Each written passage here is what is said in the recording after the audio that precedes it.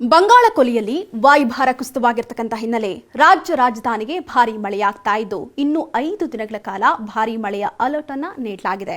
ಹೌದು, ರಾಜ್ಯದ ಉತ್ತರ ಒಳನಾಡು, ದಕ್ಷಿಣ ಒಳನಾಡು, ಕರಾವಳಿ ಹಾಗೂ ಬೆಂಗಳೂರಿಗೆ ಮಳೆಯ ಅಲರ್ಟ್ ಅನ್ನು ನೀಡಿದ್ದು 10ಕ್ಕೂ ಹೆಚ್ಚು ಜಿಲ್ಲೆಗಳಿಗೆ ಯೆಲ್ಲೋ ಅಲರ್ಟ್ ಅನ್ನು ನೀಡಲಾಗಿದೆ.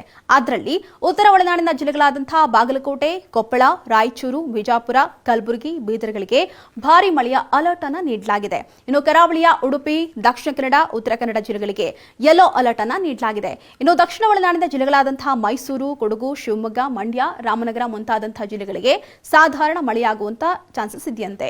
ಇನ್ನು ಬೆಂಗಳೂರಿನಲ್ಲಿ ಮೋಡ ಕವಿದ ವಾತಾವರಣ ಇರಲಿದ್ದು ಕೆಲವೊಮ್ಮೆ ಗುಡುಗು ಸಹಿತ ಮಳೆಯಾಗುವಂತಹ ಸಾಧ್ಯತೆ ಇರುತ್ತಂತೆ. ಇನ್ನು ಹವಾಮಾನ ಇಲಾಖೆ ನೀಡಿರತಕ್ಕಂತಹ ಸೂಚನೆ ಪ್ರಕಾರ ಕರಾವಳಿ ಭಾಗದಲ್ಲಿ ಪ್ರತಿ ಗಂಟೆಗೆ 30 ರಿಂದ 40 ಕಿಲೋಮೀಟರ್ ವೇಗದಲ್ಲಿ ಗಾಳಿ ಬೀಸಲಿದೆಯಂತೆ.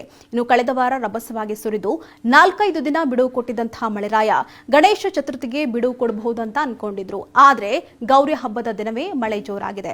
ಆದ್ರೂ ಮಳೆಯ ನಡುವೆ ಕೂಡ ಜನರು ಗಣೇಶನನ್ನ ಅದ್ದೂರಿಯಾಗಿ ಬರಮಾಡಿಕೊಂಡು ಖುಷಿ ಪಟ್ಟಿದ್ದಾರೆ.